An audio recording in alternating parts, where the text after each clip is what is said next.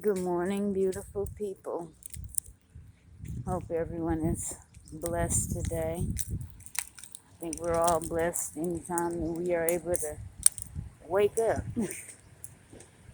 But I just wanted to kind of do an update to what's been going on in my life. I know a lot of you do know what's going on, but for those of you who were not clued into the facts, um, my mom, who is one of my best friends. Those of you that know me well know that um, she and I are we are two peas in a nutty pod. But um, she's had a hell of a summer. Let's let's just start there. It's been a hell of a summer for my mom. She initially they had diagnosed her with early onset heart failure. Then they said that, let me see, okay, let's start up. End of June, they said, because she started slowing down in the house when she was walking, and she was swelling up and she couldn't breathe. And I mean, just getting winded walking across the room. And I told her, I said, Mom, I think those are heart issues. Fought with her for about a week. She goes to the hospital, they keep her, and that's when they say, oh, it's early onset heart failure.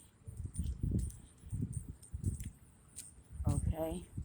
She stays in the hospital for a week, and then they send her to a, um, a rehab facility. She was there 2 weeks. They had her in quarantine because she had not had her COVID shot yet. So it's a damn chipmunk over here. Sorry. But she had not had her COVID shot yet, so they had her in quarantine, meaning that she only had certain staff members who could come in and see her. And we could not, as her family, go and see her. So the only way we could talk to her or see her was through um, FaceTime. So we did that. She comes home. She's home for about a week. And after she's home, she I looked at her again. She's at home, and I'm like, Mom, you don't look good. Something's wrong.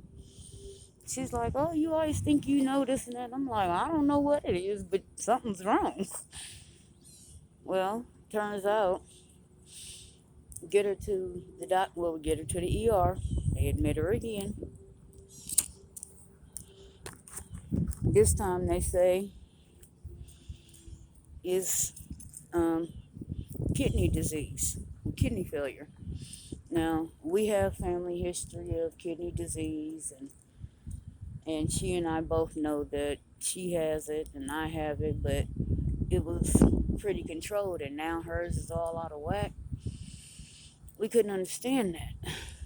So, but she lives there with me and the kids, and we've been up there to the hospital to see her, all of that. Sorry, y'all.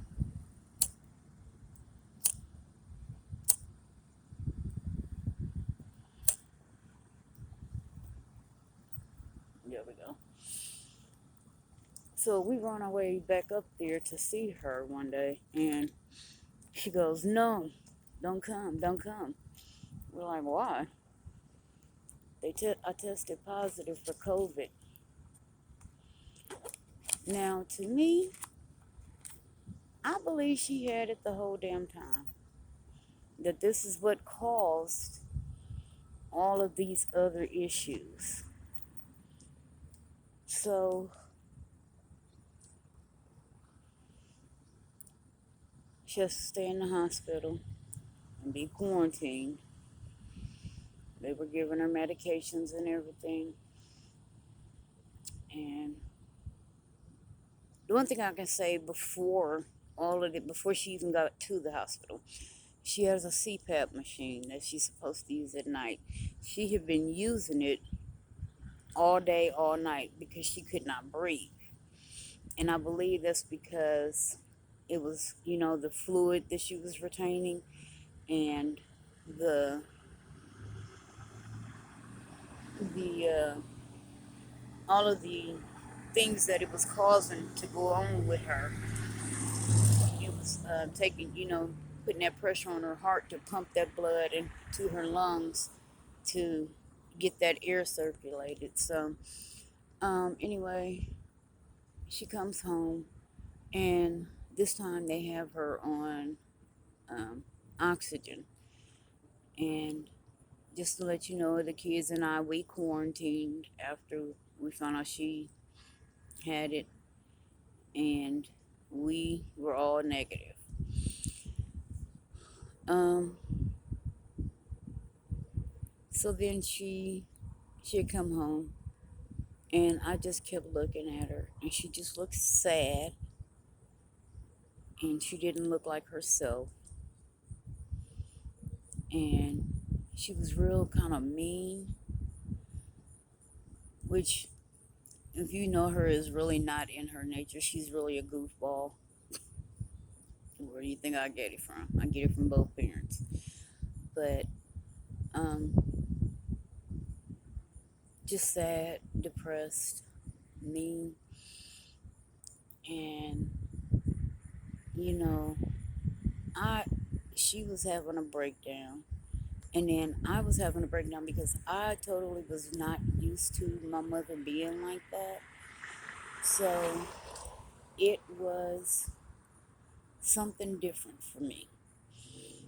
And my cousin happened to be there when we both had our breakdowns. And so she notified my brother. My brother flew in from Hawaii. He's in the service, but he took some time off, came in, and 2 days after my baby's birthday, scariest thing that's ever happened in my life, my mom. Now, if you know anything about my mom, she loves both her kids, but her son is her sunshine. That boy can do like no wrong in her eyes, or at least we joke and say that.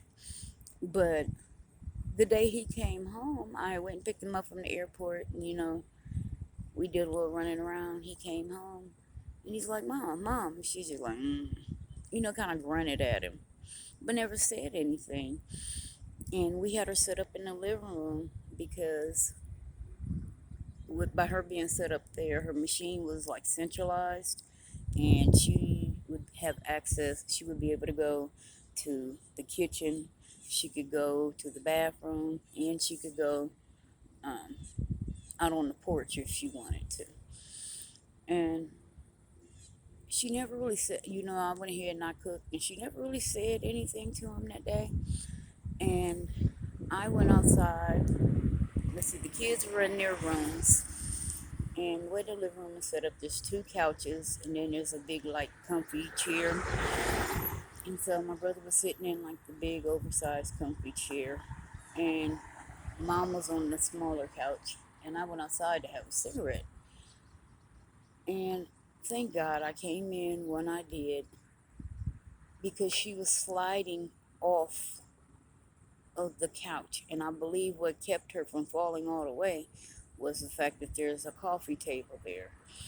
Now, her head was like tilted back, and her face was pale. It was pale. And I knew something was wrong because the way her arm was twisted, had she been conscious, it would have hurt her. I know she would have been in some pain. And so those of you who know me know I had just had my rotator cuff done just a couple of months ago. I thought nothing of that. I ran in and I swooped her up and I set her on the couch and I'm like, Mom, wake up, wake up, wake up, wake up, wake up. So my kids, it's sad, but my mom has had low blood sugars so many times that my kids and I have a routine. So I'm shaking her, trying to get, her to come back. My daughter goes in the kitchen. She's making a sandwich. She's getting a juice. My son's calling 911. So we all got our routines down pat. Um,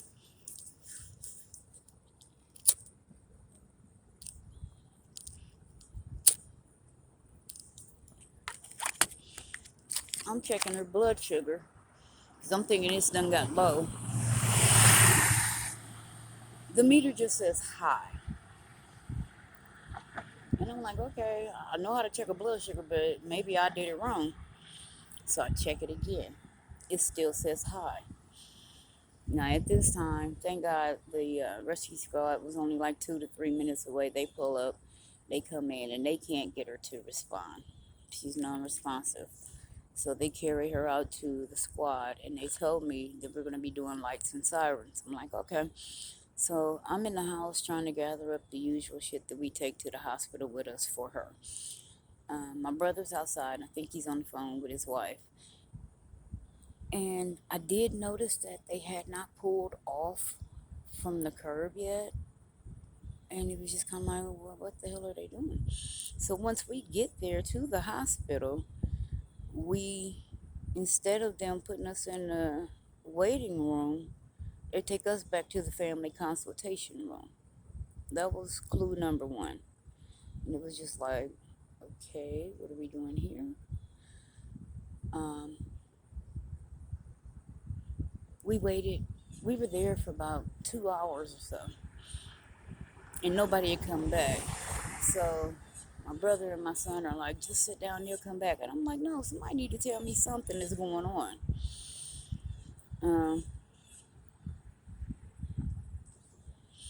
Doctor comes back, says, we're still working on her. I mean, her heart rate was really low. And he goes, yeah, after she coded a couple of times. Excuse me. After what happened? He's like, didn't she code there at the house? No, not that we were aware of. He was like, oh, well, we got her heart rate back. It's a weak one, but we got it back. Okay. So he walks off, and then about 5 minutes later, one of the EMTs that had been working on her, he comes up and he says, you know, when she coded in the squad, he said, we thought she was a goner. They worked on her for 5 minutes in the squad right there in front of the house. That was why they had not pulled off yet. Not to put all of her business out there, but her blood sugar was 1,300. So she was in a diabetic coma. It was 1,300. Her heart rate was 34. So she ended up being in a coma on a ventilator. They had this was the first time she had ever had to do dialysis, so they started dialysis.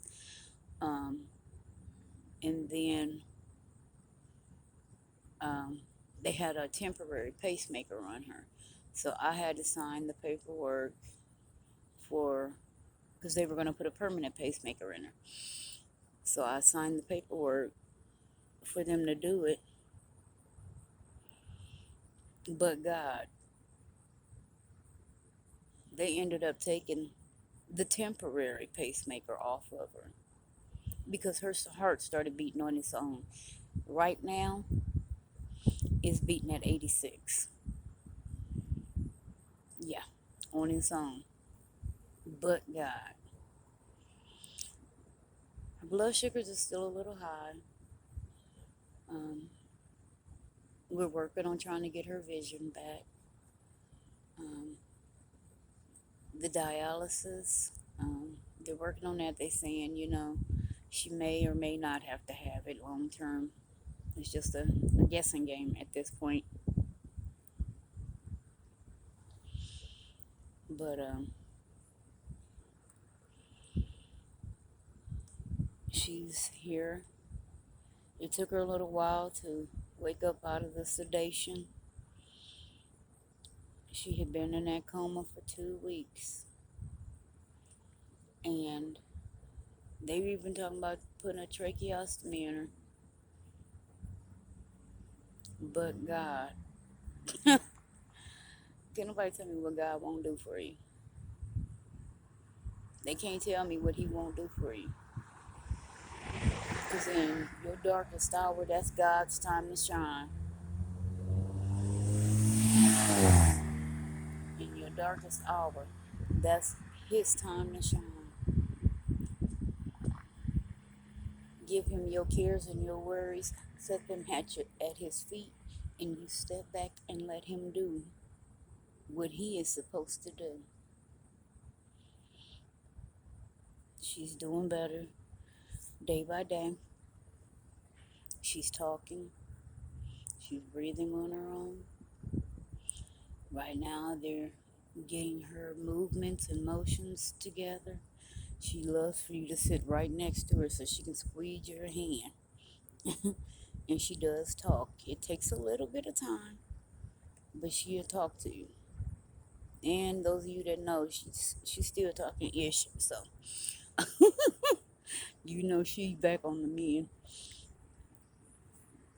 But I'm just so happy, so thankful, so grateful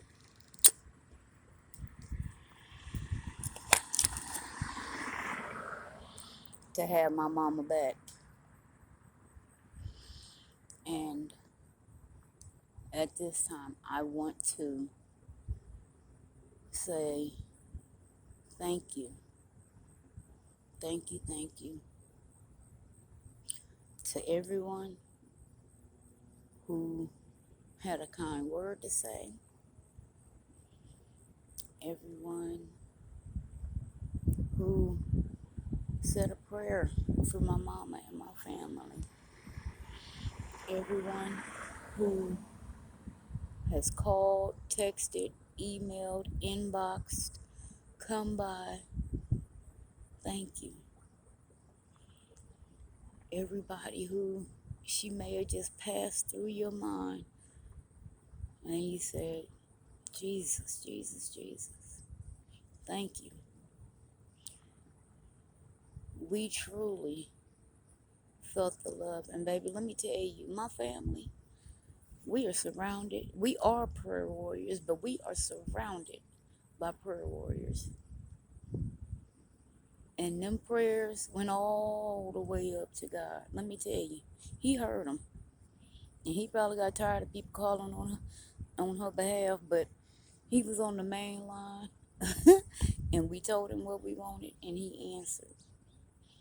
But I want to thank you all so much for being so gracious to us in our dark time. And I don't know how we would have done this without all of you. So I really want to tell you from the bottom of my heart and my heart to my family, thank you. And we love you. But don't stop the prayers, because we are not out of the dark yet. And just continue to show some love to somebody today, because you never know who needs it. And those who you think need it the least, they probably the ones that deserve it the most. Now y'all go and enjoy your day. Be blessed, be safe, be vigilant, keep wearing your mask, because COVID and his two cousins, Day Day and Craig, they are here. And this time they coming after the kids. The same ones that can't and ain't been vaccinated yet. Be smart, people. Don't be these idiots out here saying, oh, well, I got my shots, I don't have to wear a mask. It's still getting to people that have been vaccinated. The only way we're going to get rid of it, and people say, well, the mask don't keep it away from you that much, but it does keep it away. It may not completely keep it away, but it'll keep it away enough to keep you safe.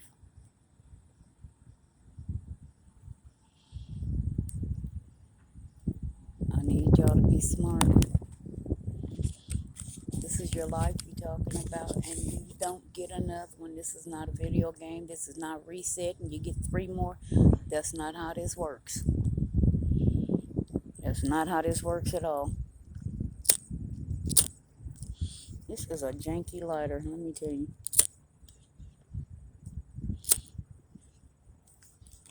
There we go. But, those of you who need to get in touch with me, you all know the phone number, or you can inbox me. And like I said, those of you who have sat up and prayed with me, and you know who you are, from the bottom of my heart, I truly, truly, truly thank you. Those of you who have just let me vent when you didn't get a chance to get a word in, thank you. I appreciate it. And like I said, I'm going to get off of here because I'm going to go back in here in a second. But, because she probably think I left her. But I just want to say thank you all so very much. I appreciate you. God loves you, and so do I. Peace.